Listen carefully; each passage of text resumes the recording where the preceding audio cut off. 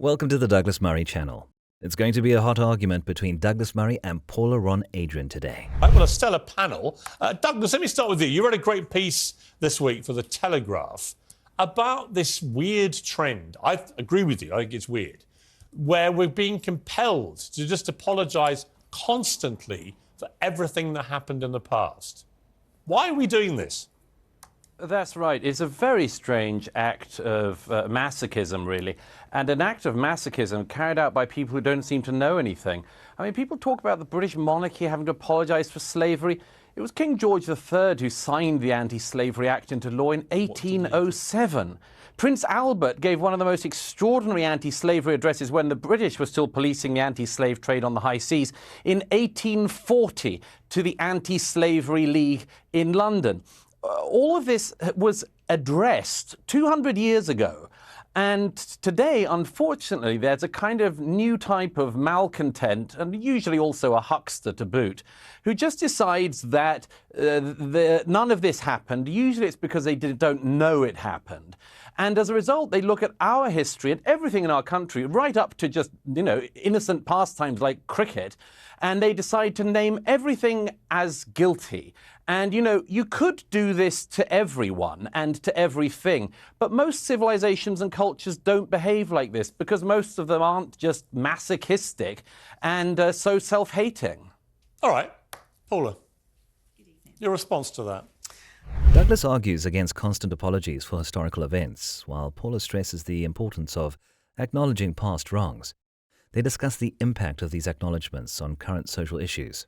What do you think? Should we continue apologizing for historical events? I actually agree with Douglas about the fact that we don't know enough. He's absolutely right. We don't know enough, and it's important that we do. But part of the knowledge is also understanding the hurt and pain that were caused, not just about the good things. It's not just about the cherry picking. And wrongs are not about being masochistic. Saying sorry is not a bad thing. Saying sorry is actually a very empowering thing to do. Why does it matter that a bunch of royals now get forced into issuing grovelling apology? Who cares? How does it change anything? It doesn't do anything, in my estimation, to impact on current slavery, where it exists around the world. It doesn't really make any difference to institutional racism, as we've seen in certain parts of society. I don't know what difference it makes. It might make people feel a bit better to see a royal grovelling, but so what? See, I don't agree with you, surprise, surprise. I do think it makes a difference. I do think it makes a difference that people in power are heard to acknowledge pain and hurt. I do think it's important that people in power have taken the time. But whose pain and hurt are you talking about? It's not people living today. These are going back hundreds of years in some cases, these crimes of slavery and so on. We all agree it was outrageous. It's been debated, really year after year after year. We all know this. I don't think that people have a lack of knowledge, and I'm not quite sure where the apology tour ends. What's the end game here? So the end game is about the ability to understand the true history, not just the part of history that we have been taught.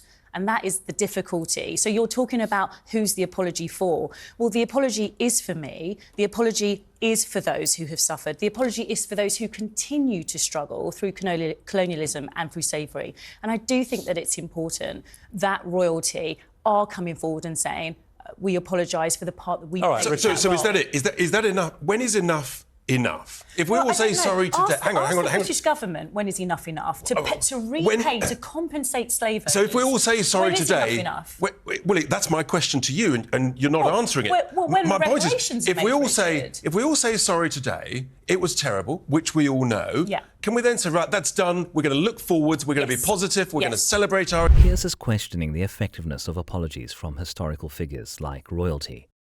Paula emphasizes the importance of these apologies for ongoing struggles linked to colonialism. Do apologies from historical statistics make a difference today? Achievements, learn from our failures, absolutely. And we're done with apologising. Absolutely. And so how are we going to learn from our failures if we do not understand what we did wrong? You learn from your failures because that's what we're doing at the moment. The sort of report you had from the... How do you learn from your failures if you don't know what you did wrong? If you refuse to accept that you did wrong? Because the cricket board, the ECB, they've just produced a report. They reported. Some of it was good. Some of it you can criticise or question. The point is, we've learned from that. We're moving on. We're celebrating. We're being positive. Otherwise, how have we learned I tell you what it does. It depresses everybody. It leads to a perception of decline. I agree with that. I think what it does, I want to bring in Lee Greenwood here, who's a big country star in America, and he wrote God Bless the USA, one of the great anthems celebrating the United States. It's July 4th.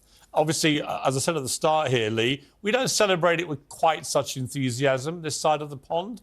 We sort of take a view that Mad King George dropped the ball a bit, but I'm happy for my American friends that you have this day to celebrate. You wrote this great anthem, really, for your country. Can we be proud of our country anymore, or is this kind of this desire to feel this terrible regret about everything and apology for everything? Does that mar the pride? How do you feel?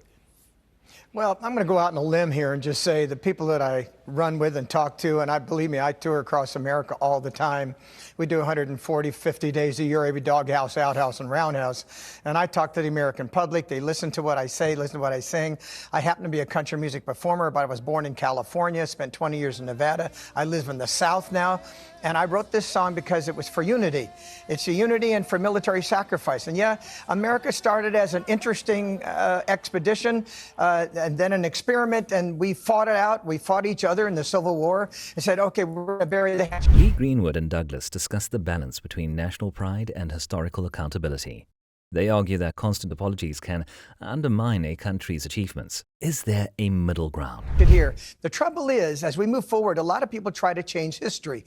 I'm okay with history. I'm okay with apologizing for what happened back then. But I agree with you, that was back then. Let's move forward. Let's move on past that, and let's not change history and try to change what happened. Yeah, I completely agree. Douglas, the problem is we've forgotten how to be genuinely proud of our great countries, both America and the United Kingdom, two of the greatest countries in the world. It's almost like every day now, somebody somewhere, normally on the left, the woke left, is queuing up to find a reason to hate the countries and their histories. Well, it's a kind of grievance competition. Your guest earlier just tried to engage in it. I don't know what hurt she believes she's had from slavery. All of this was addressed 2 centuries ago. Everything has consequences. All history has consequences and ramifications.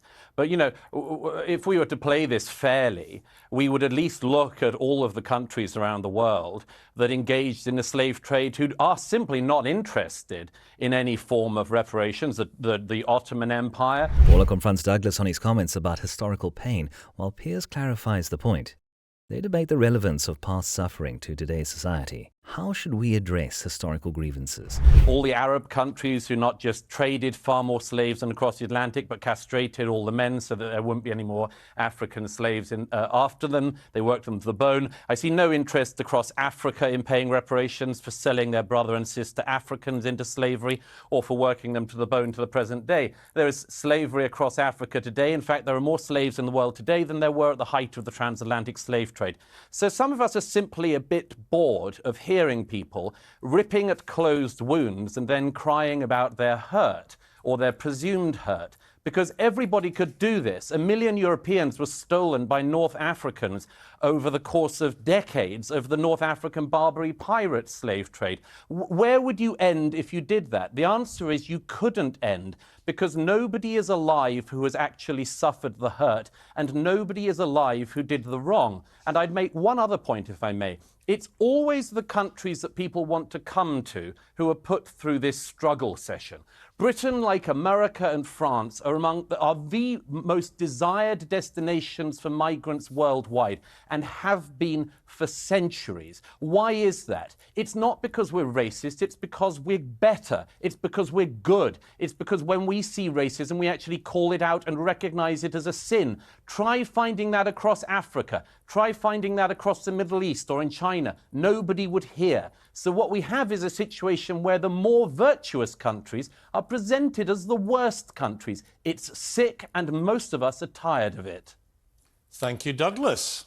I am so sorry that Douglas is bored by the pain that has come through, That's not what he said. through slavery. He didn't say. I'm He so didn't say. tired See, but what you're doing there, what you're doing. Yeah, but hang on, Paula. He's not Paula, you're being very bothered. disingenuous. That's not what he don't said. think I am, And and I viewers think aren't if you read stupid. his They know exactly what he said. Douglas and Paula wrap up their arguments on the importance of learning from history versus the impact of repetitive apologies. They discuss whether history education is sufficient in addressing past wrongs. What's your take on this ongoing debate? He's not saying he's bored by the pain. He's saying, and I think it's a perfectly valid point, the pain that people who are alive today are claiming they're suffering for what happened 200 or 300 years is not a real pain. They're not the ones who suffered what was going on 200 or 300 years ago. So, in terms of justice for all, I mean, I think we'd all agree that there Well, should I'm be not justice. suffering from when the Normans invaded we'd this all country. agree. I'm not suffering from what my ancestors went through.